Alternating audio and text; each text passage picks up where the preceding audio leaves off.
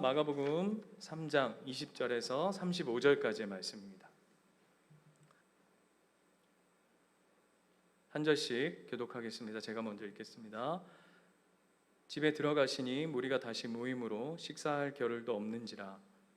예수의 친족들이 듣고 그를 붙들러 나오니 이는 그가 미쳤다. 예루살렘에서 내려온 서기관들은 그가 바알세불이 집혔다 하며 또 귀신의 왕을 힘입어 귀신을 쫓아낸다 하니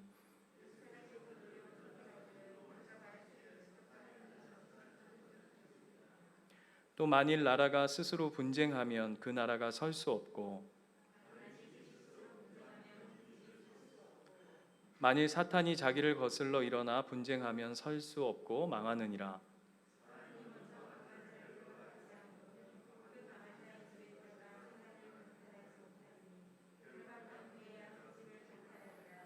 내가 진실로 너희에게 이르노니 사람의 모든 죄와 모든 모독하는 일은 사하심을 얻되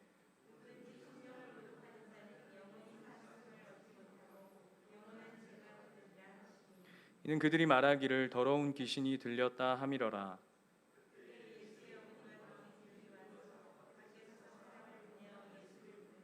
우리가 예수를 둘러 앉았다가 여짜오되 보소서 당신의 어머니와 동생들과 누이들이 밖에서 찾나이다. 둘러 앉은 자들을 보시며 이르시되 내 어머니와 내 동생들을 보라. 누구든지 하나님의 뜻대로 행하는 자가 내 형제요 자매요 어머니이니라. 아멘.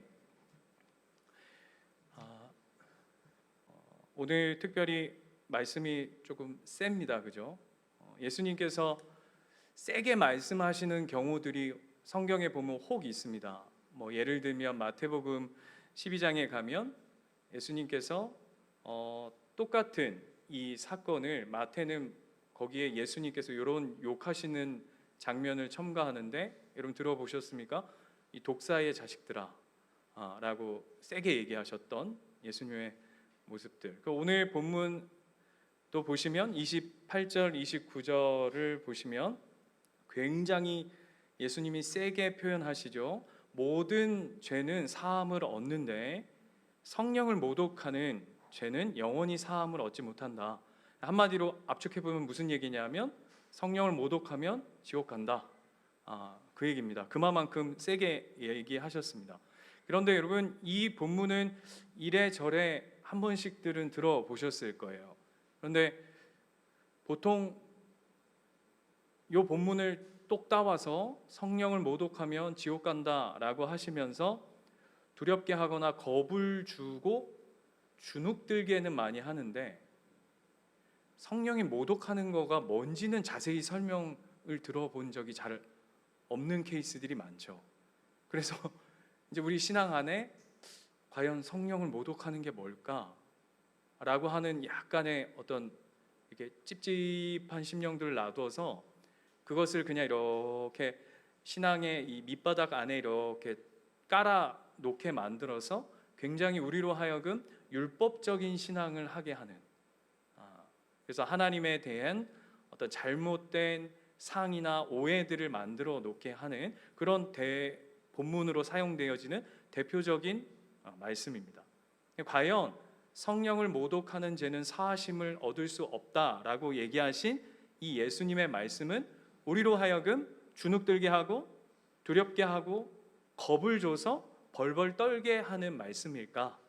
아니면 깊은 하나님의 은혜와 더 깊은 하나님의 이 뭐라고 해야 될까? 이렇게 큰 말씀의 깊이가 있는 내용인지 오늘 좀 살펴보려고 합니다. 오늘 20절부터 35절까지는 굉장히 깁니다.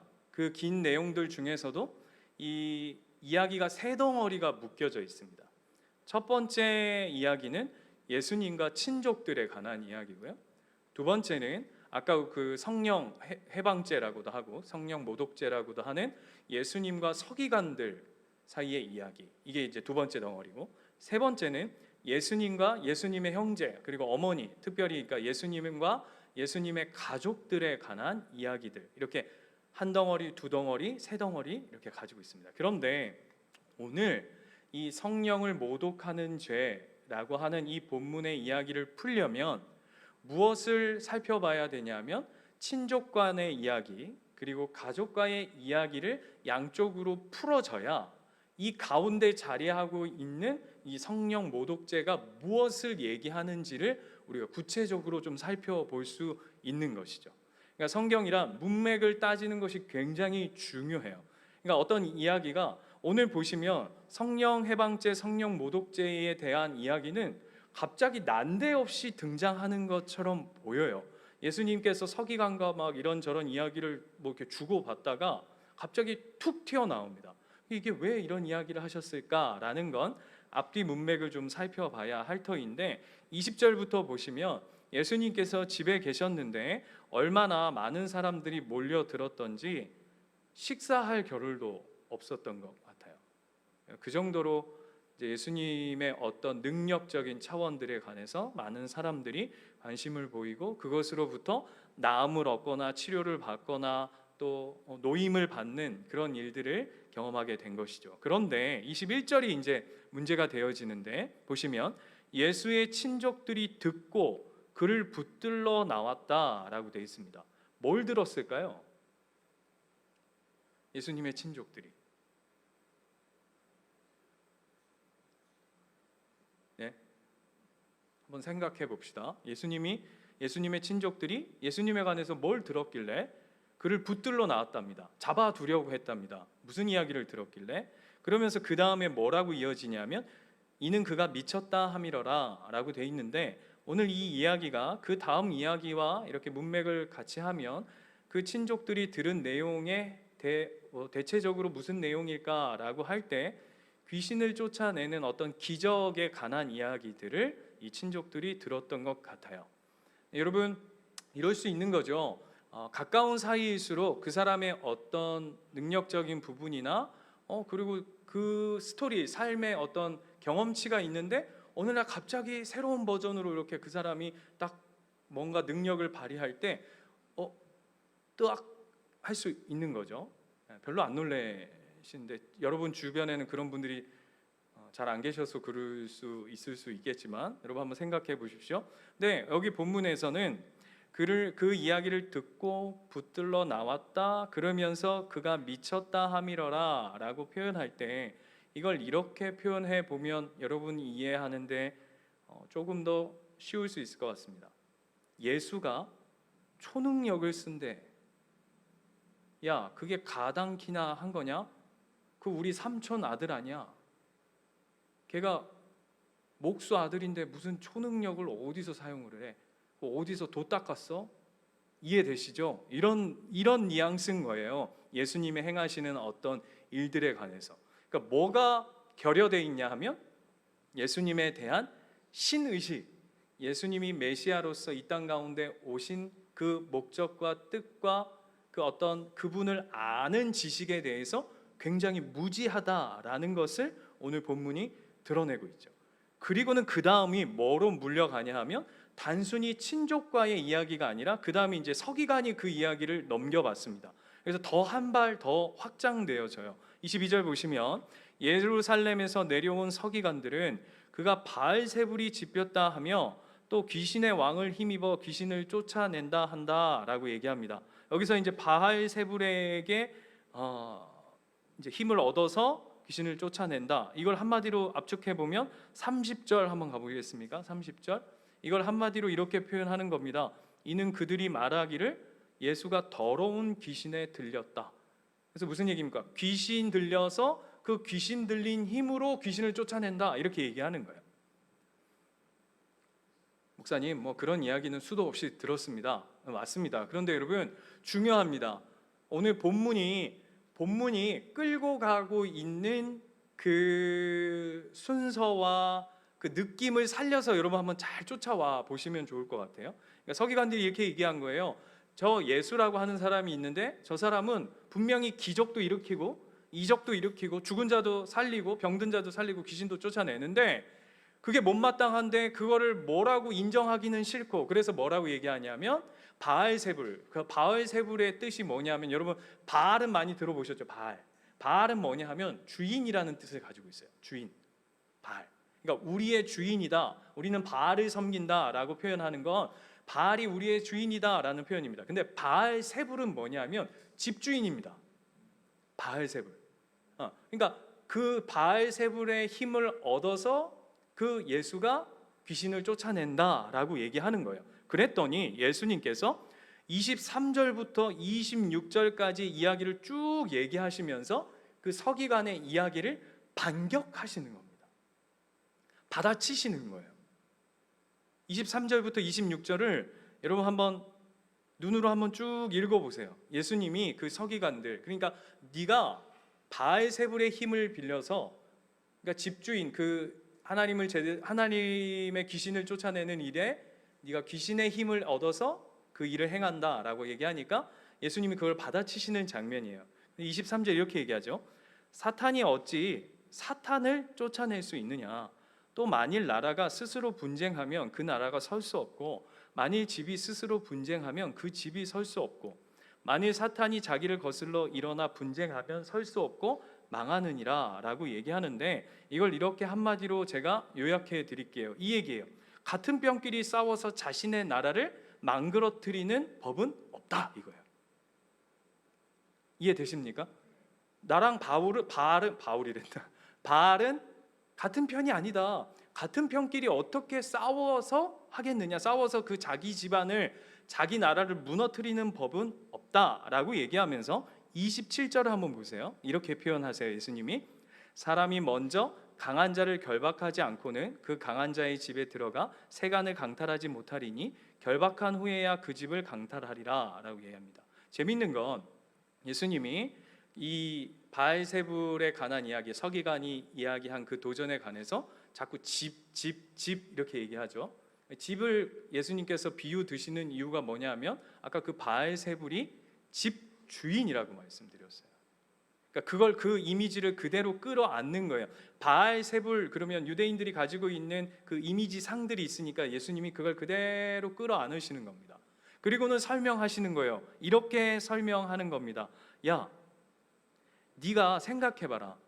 내가 바알세불의 부하고, 예수님 본인이 이렇게 설명하시는 거예요. 내가 혹 바알세불의 부하고 바알세불이 내가 섬기는 대장이라면, 제가 제 식으로 그냥 표현해 보겠습니다. 내가 바알세불의 꼬봉이고 바알세불이 우리의 주인이라고, 집주인이라면 한번 생각해봐. 내가 꼬봉인데, 내가 부하인데 그 바알세불의 집에 들어가 가지고 그 바알세불의 집에 있는 것들을 내가 다 훔쳐 나오고 도둑질해 나온다면 바알세불 주인이 가만 내비로 두겠냐 이 얘기예요.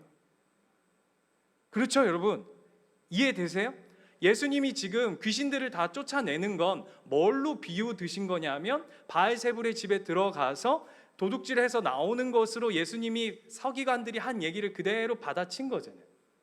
지금 비유가 이해가 되시는 거죠? 네.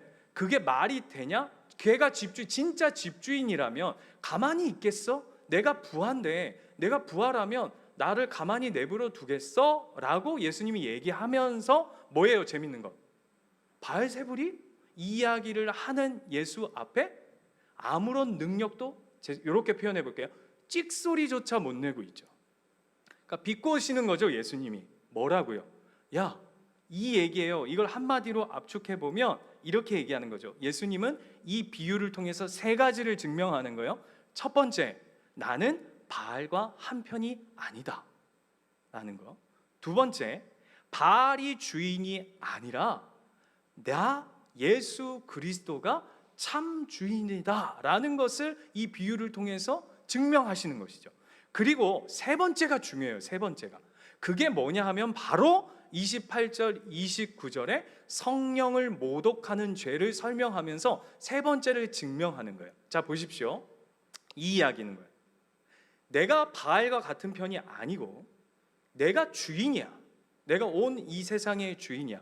그런데 네가 나를 대적하고, 너를, 서기관이 지금 예수님을 대적하고 있는 거 아닙니까? 그죠?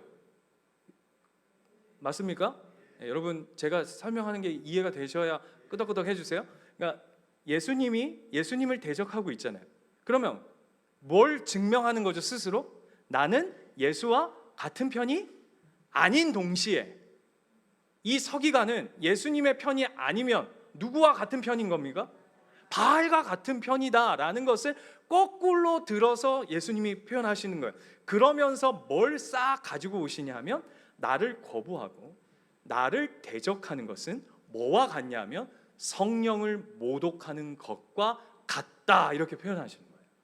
그러니까 성령 모독이란 우리가 얘기하는 것처럼 하나님 앞에 무슨 죄 이런 이야기를 하는 게 아니라, 오늘 예수님은 예수님에 대해서 대적하고 예수를 예수되게 인정하지 않고, 예수에게 오늘 본문처럼 그는 귀신에 들렸다, 그는 세상의 힘을 들어서 사용되어지고 있다, 하나님의 아들이 아님을 부정하는 그 모든 것이 바로 뭐라고 이야기하냐면 성령 모독죄라고 얘기하는 거예요.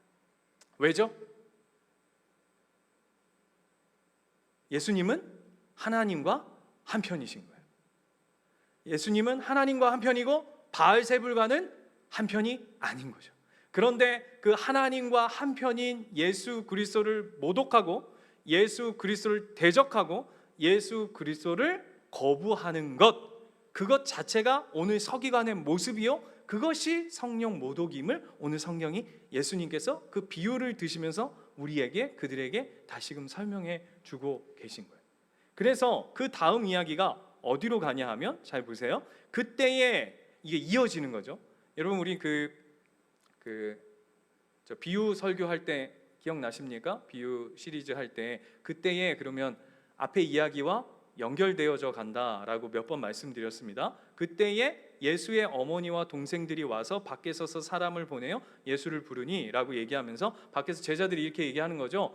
예수님, 어머니하고 예수님 동생들이 왔습니다 라고 얘기했더니, 예수님이 보통 이렇게 얘기하면은 굉장히, 지난번에 한번 얘기했지만 뒤통수 맞을 일 아닙니까?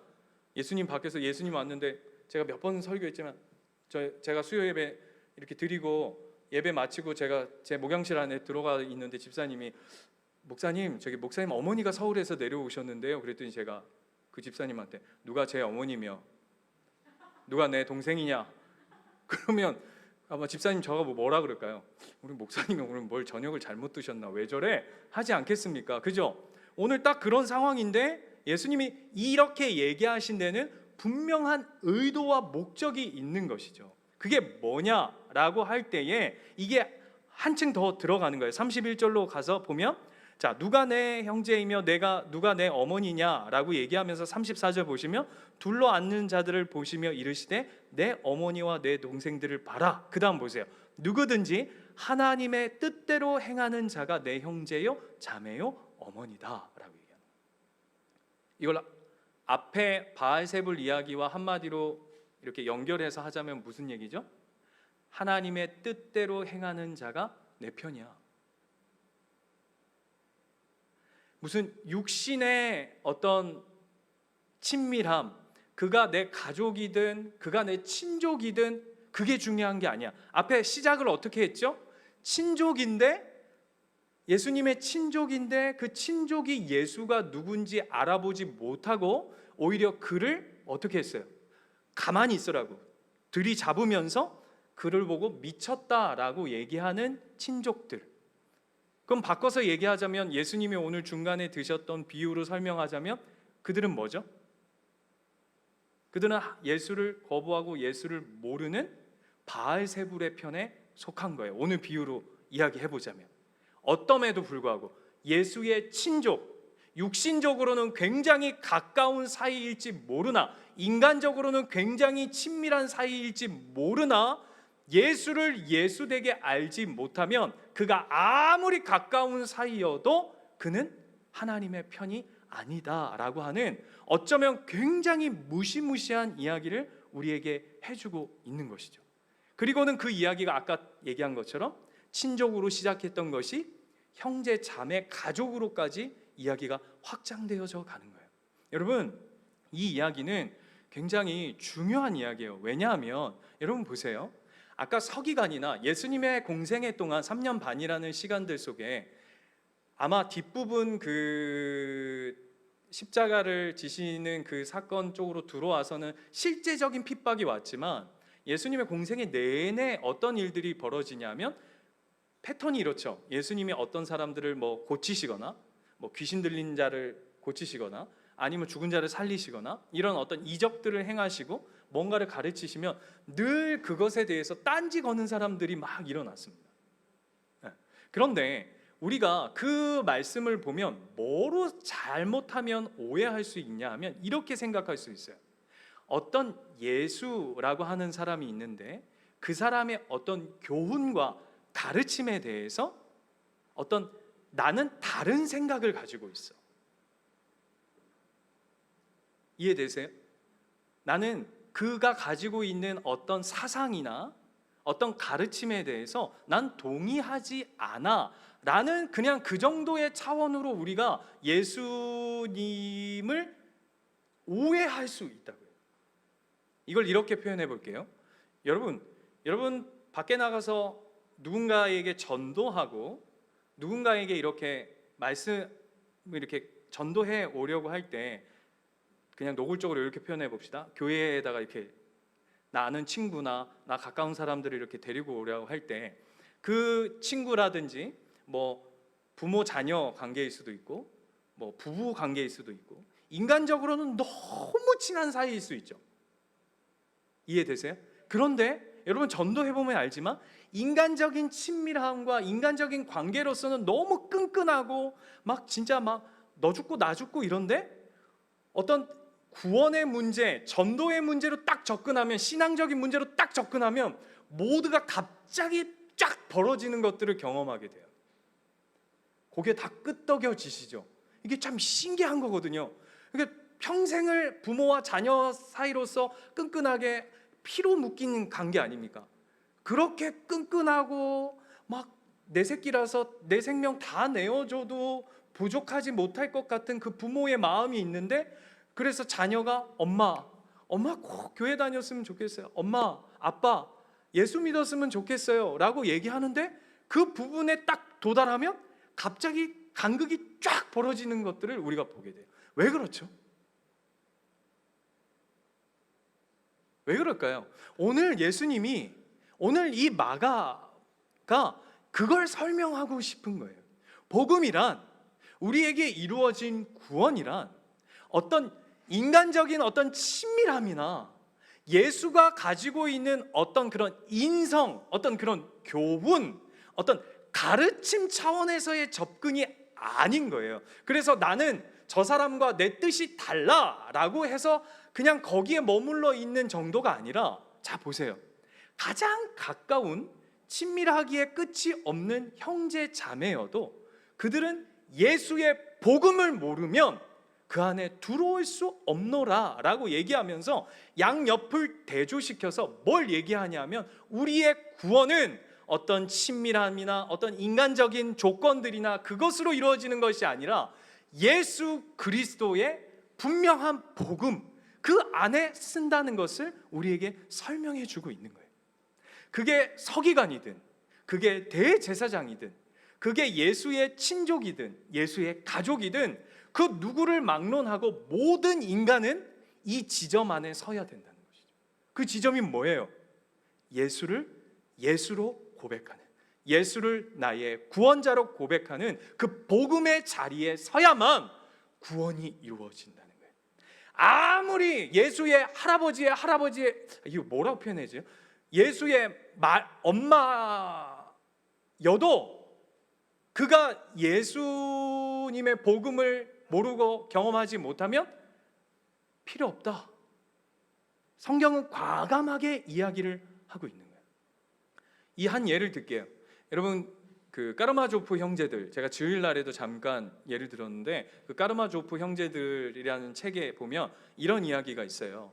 어떤 할머니가 이제 죽었습니다. 지옥에 가게 됐어요. 근데 예수님이 그 베드로를 불러다가 얘야 저 할머니를 좀 천국으로 좀 이렇게 올려 보낼 수 있는 방법을 좀 찾아봐라. 그랬더니 베드로가 얘기했는지 예수가 얘기했는지 제가 순서가 헷갈리는데 베드로가 예수님을 설득했는지 예수님이 베드로한테 얘기했는지 헷갈리는데 하도 오래돼가지고 아무튼 내용 핵심이 이겁니다. 그랬더니 베드로가 뭐라고 얘기하냐면 저 할머니가 살아생전에 정말 못되게 살았다는 거예요. 진짜 인색하기 짝이 없고 남들 돌보지도 않고 완전 욕심쟁이로 살았는데 딱 한 번 그 배고파서 굶어 죽어가고 있는 사람에게 파 뿌리 이 파를 한번 이렇게 베푼 적이 있다는 거예요. 그랬더니 예수님 뭐라 그러냐면 그러면 파 뿌리를 지옥에 내려라. 그래서 그 할머니가 그 파 뿌리를 잡고 올라올 수 있으면 구원해 줘라. 이렇게 이제 명령이 떨어진 거예요. 그래서 이제 베드로가 가서 천국에서 지옥으로 옌니다. 실화가 아니에요. 그 책에 있는 이야기예요. 팥뿌리를 이렇게 내린 거예요. 팥뿌리를. 그랬더니 할머니가 아이고 이게 웬일인가 싶어가지고 이제 팥뿌리를 이렇게 잡은 거예요. 그래서 이제 천국으로 끌려 올라가는데 갑자기 그걸 보고 있던 지옥의 수많은 사람들이 거기에 다 매달린 거예요. 나도 붙잡아 주세요. 그랬더니 할머니가 나라 막 하다가 어떻게 됐을까요? 팥뿌리가 뚝 끊어진 거예요. 그래서 지옥에 떨어졌어요. 다시 요거를 자 설명해 볼게요. 카톨릭은 요 똑같은 장면을 가지고 뭐라고 이야기하냐면 카톨릭은 그래 그러니까 평소 세상에서 살 때 좋은 일을 좀 많이 해라. 그래서 팥뿌리가 한 10개쯤 있게 이해되세요? 팥뿌리가 한 10개쯤 있어가지고 딱 잡아도 안 떨어지게끔 그래서 연옥에 있다가 연옥설이잖아요. 그래서 카톨릭은 연옥에 있다가 천국에 갈 수 있게끔 평소 니네 삶을 살 때 좋은 일도 많이 하고 많은 사람들 좀 섬겨가지고 팥뿌리를 두껍게 누구는 칡뿌리도 좀 하고 이해되시죠? 지금 제가 하고 있는 이야기를 그렇게 좀 해라. 이게 카톨릭이라면 우리는 뭔지 아세요? 우리 믿는 기독교는 어차피 팥뿌리든 마늘뿌리든 파뿌리든 뿌리 뭐 있죠? 두꺼운 거 뿌리 중에 칡뿌리여도 그게 소용없다라는 걸 얘기하는 거다. 그것은 무슨 팥뿌리냐 내가 뭘 팥뿌리를 붙잡았냐 칡뿌리를 붙잡았냐의 차원이 아니라 그가 아무리 세상 가운데 형편없는 삶을 살았어도 예수 붙잡는 인생이면 예수와 인생이 생명이 붙잡히면 오늘 그 얘기하는 거예요.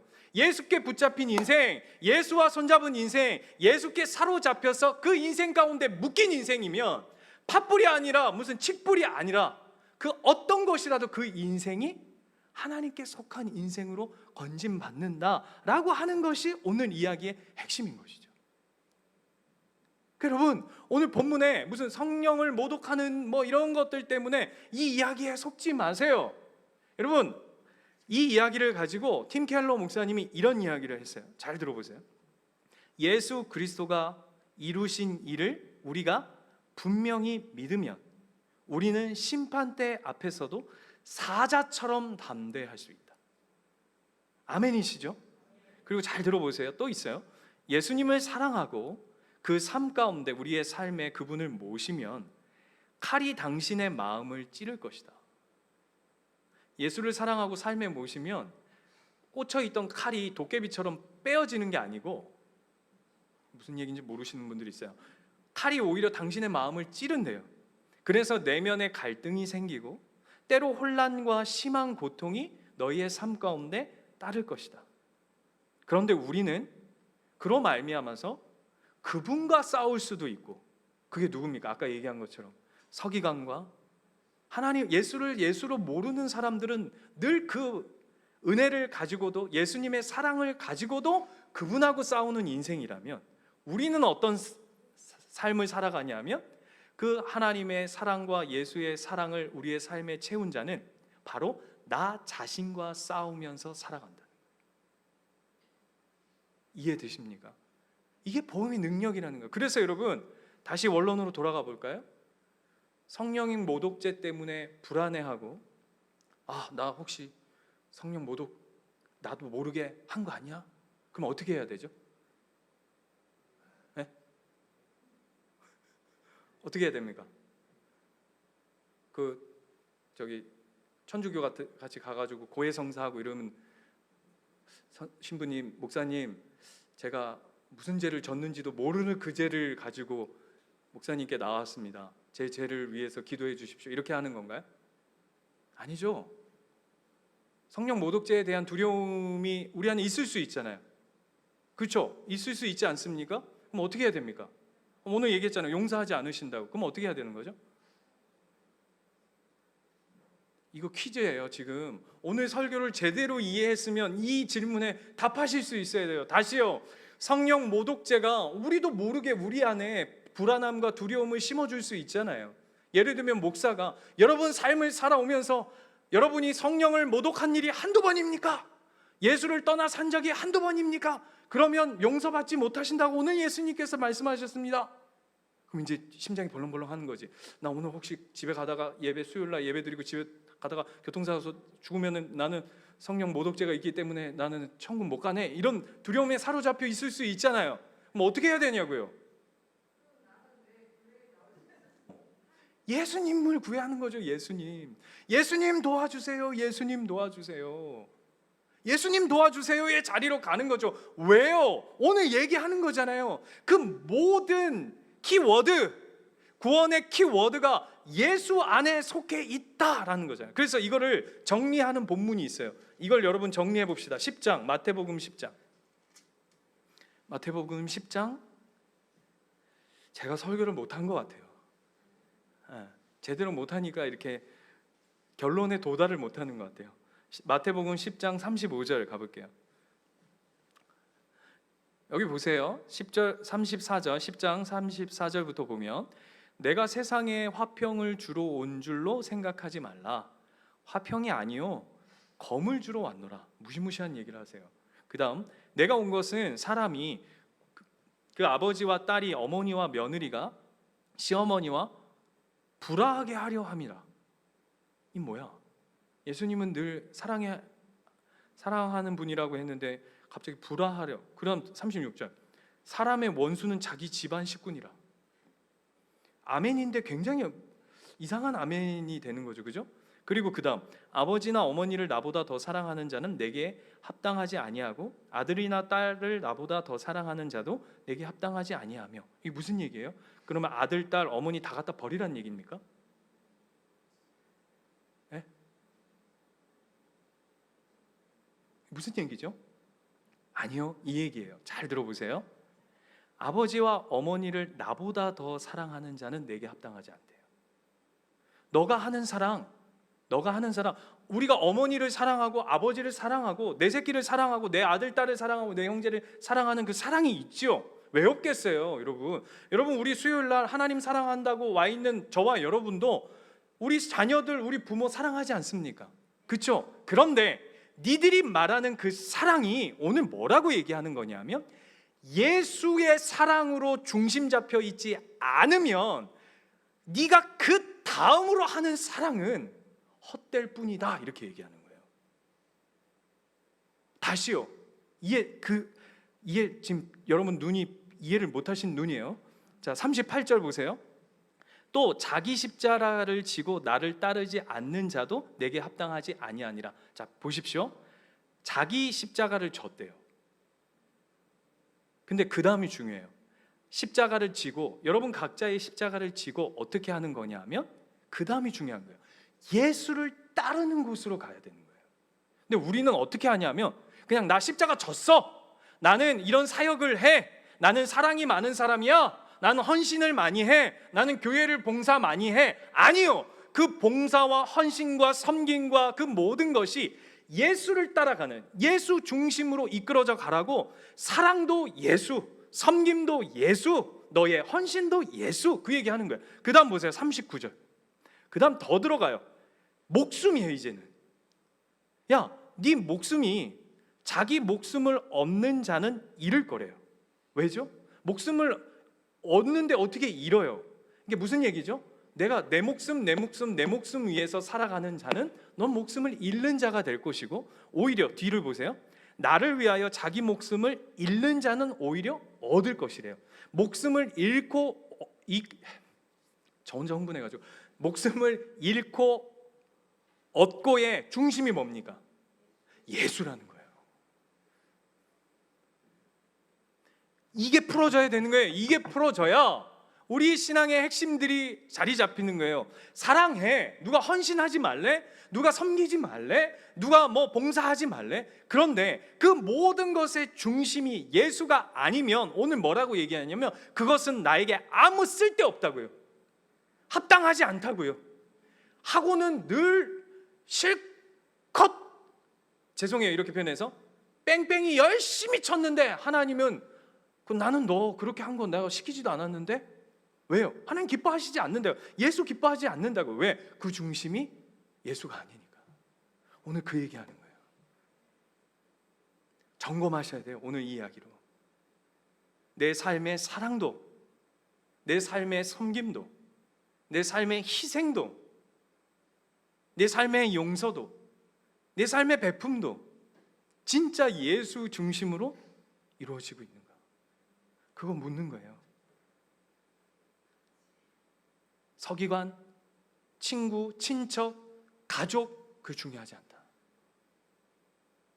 예수로 네 삶이 결론 내어지는, 모든 인간이 예수의 복음 아니면 설명할 수 없는 그 자리, 그렇게 살아가시는 저와 여러분의 삶이 되시기를 축원드려요.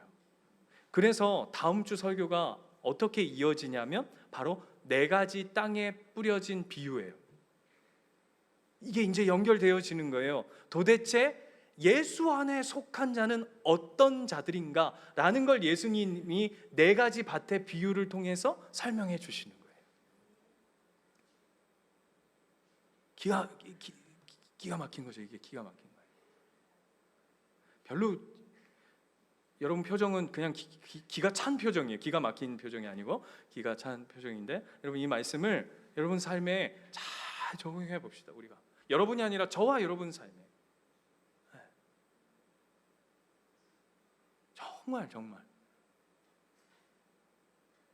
그래서 이야기만 하고 마치려 해요. 몇 번 반주해 주셔도 됩니다. 목회를 하다 보면, 지난번에도 한번 말씀드렸지만 사역을 하고 목회를 하다 보면 어떤 목회자가 평가받는 자리가 늘 있어요. 그죠? 저 목회자는 훌륭한 목회자야, 저 목회자는 어떤 목회자야, 이런 평가를 받는 자리가 있어요. 반대로 여러분도 있으시죠? 그죠? 근데 우리는 늘상 어디에 많이 신경을 쓰냐 하면 겉으로 보여지는 것에 참 많이 신경 써요. 그렇죠? 저도 마찬가지인 것 같아요.